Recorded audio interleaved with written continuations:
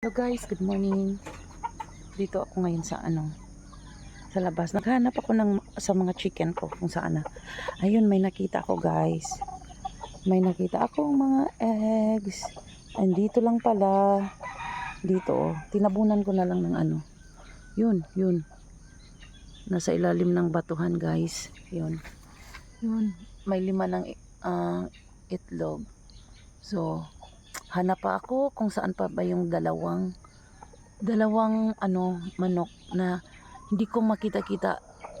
Ito, hindi ko lang alam kung kanino to, pero may duda ako sa isa sa yung malalaking chicken ba, yung kabir. So, yan guys, happy ako. Kanina, hindi ko nakita may itlog ditong nabiyak oh. Baka hindi umabot saan siya na nag-itlog lang siya dito kanina pag pag bigay ko ng mga pagkain niya andito yung mga yung nabiyak na itlog, kakabiyak lang guys, kakaitlog lang siguro nun. Sayang, hindi ko pa nakita kung saan yun mag itlog ba. Sana makita ko para para malagyan ko ng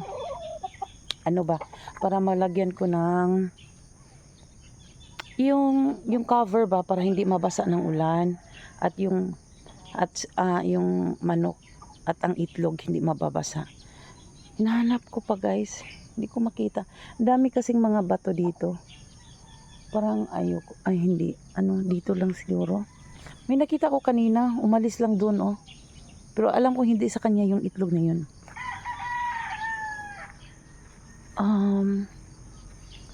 So guys, thank you everyone.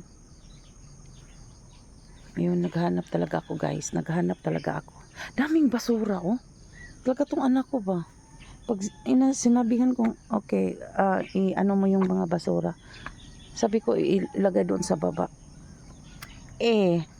inihagis lang pala dito sa ayun, inano ng mga manok yun, nagkalat na guys. Thank you for watching guys.